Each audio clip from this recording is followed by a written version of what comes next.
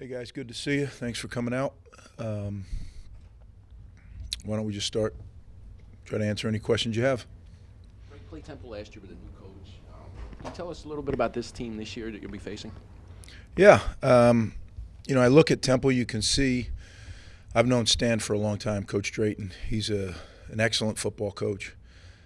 He's been at the highest level, National Football League, national championships. Stan knows how to prepare a team. You can see that they're getting better.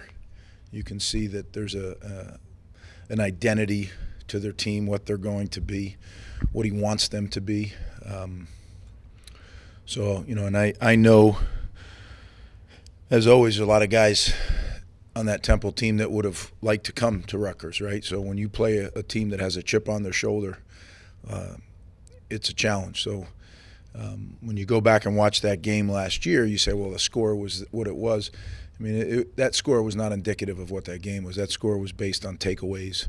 We struggled to move the football against their defense, and I think their defense is playing well again. So, it's something that we're getting ready for. They do some things that are a little bit different, so that's challenging. And then obviously in the special teams realm,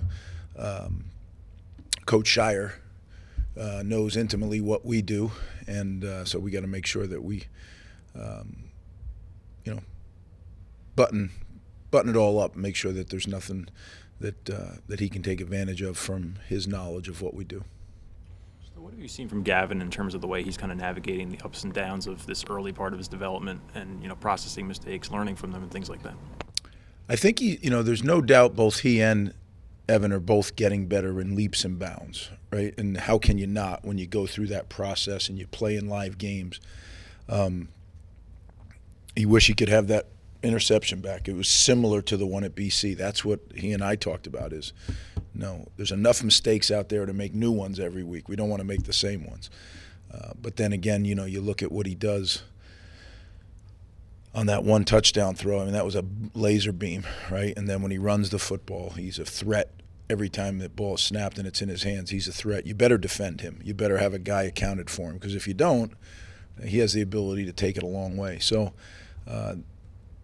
I see him getting better. Again, I don't want to rush the process, though. I think they're both playing well, and we just got to let them keep playing, and eventually this thing will work itself out. It's just not now. Greg Rochelle got some snaps at running back. He's listed as a wide receiver. Is it fair to see him in a kind of an Aaron Cruikshank role of an offensive weapon that could just do a bunch of different things with the ball in his hand? I think that's a very good assessment of who he is. He's a very good athlete and is dangerous with the ball in his hands.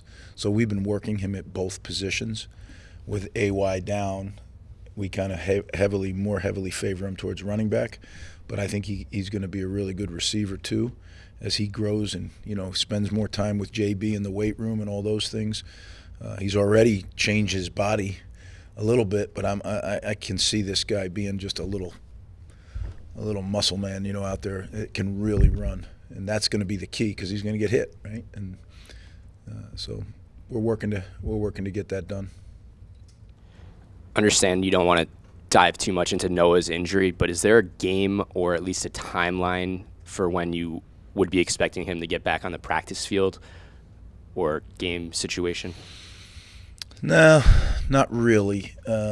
He is progressing, so he's doing more things this week than he did last week.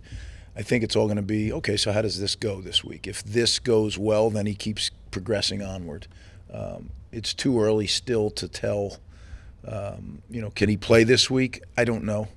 It's all going to depend on how, Tuesday and Wednesday, how fast he progresses. But, we're just playing it by ear. But I don't have like a landmark, this game is when I expect him. No.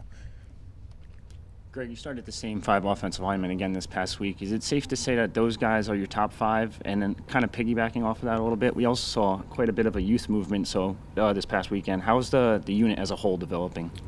Well, I think when you talk about 5, you got to include Mike Schifani in there, so make it 6.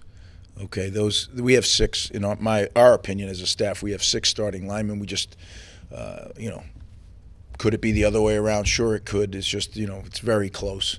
but they all play a great deal inside. We have a kind of a three-man rotation going there. So I like that. I'd like to see where we get a rotation going at tackle. We're not quite there yet. I think C.J. Hansen's coming on.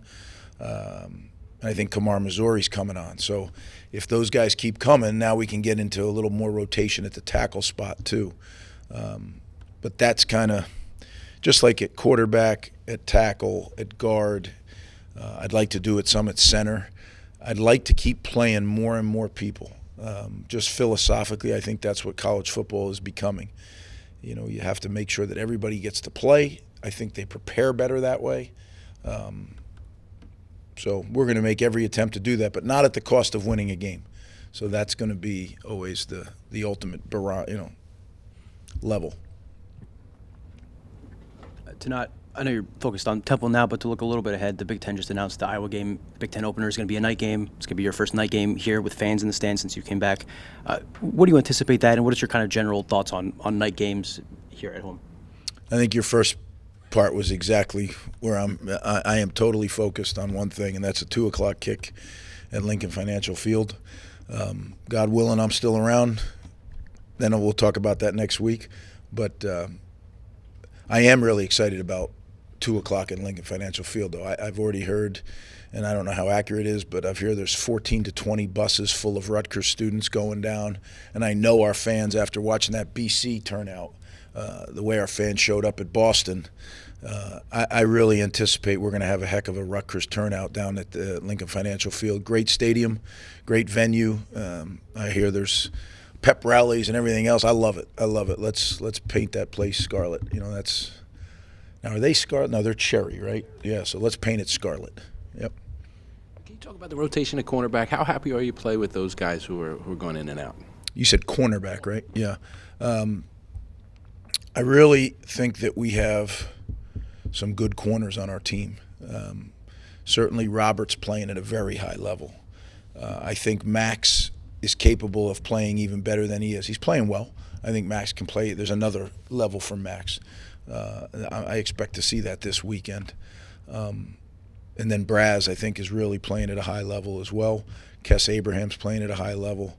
There's a guy in the wings who's waiting, Cornell Davis, who I think is going to be a really good corner as well. So, we have some young guys that we're developing, but we have these 4 guys that are playing right now, and I think doing a good job. So we'll keep rotating. Again, to the whole philosophy of let's keep playing a lot of people. As long as you have guys that can win the game, make sure they're all in there. What stood out about Al Shadi through these first couple games? Well, I think the same thing you see, I see, right? When he touches the ball, we all kind of hold our breath. He's got a different gear than, people we've had around here. I mean, Al Shadi is legitimately fast. But so is Rochelle. I mean, who asked about Rashad? Yeah, I mean, he's got another gear too. One thing that I am excited about is our team speed is markedly getting better each year. And, I just believe speed, I don't like to say speed kills. I think that's corny. But I think speed is hugely effective in the game of football when you have fast people. They cover up mistakes well. They allow you to take advantage of things well. So we'll continue to hunt that at every position. Okay. Just quick, any injury updates on Aaron or Matt Alamo? Aaron and Matt are getting better. Don't know if they'll be available Saturday. That's still we're waiting to see. Those are 2, key guys for us that we were counting on to play a lot of football. So I hope we get them back, but never at the cost of their well-being. So, that's on the doctors and the trainers and the medical staff. Just to piggyback on that, what does the running back depth chart kind of look like when Aaron does get back? I don't know. Right? I mean, it's definitely a work in progress right now.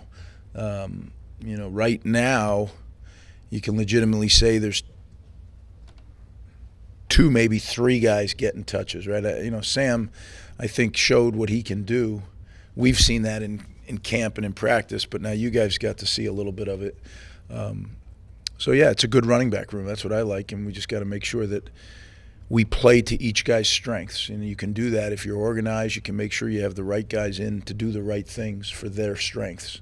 And as they kind of improve their weaknesses, then they can do it. They can do it all. But I think it's important that Coach Orrick's doing a great job with the running backs. He really is. He's got them all playing at a high level of understanding, especially for young kids. I mean, with the exception of Kyle, he's not exactly an old guy, but he's played some football around here.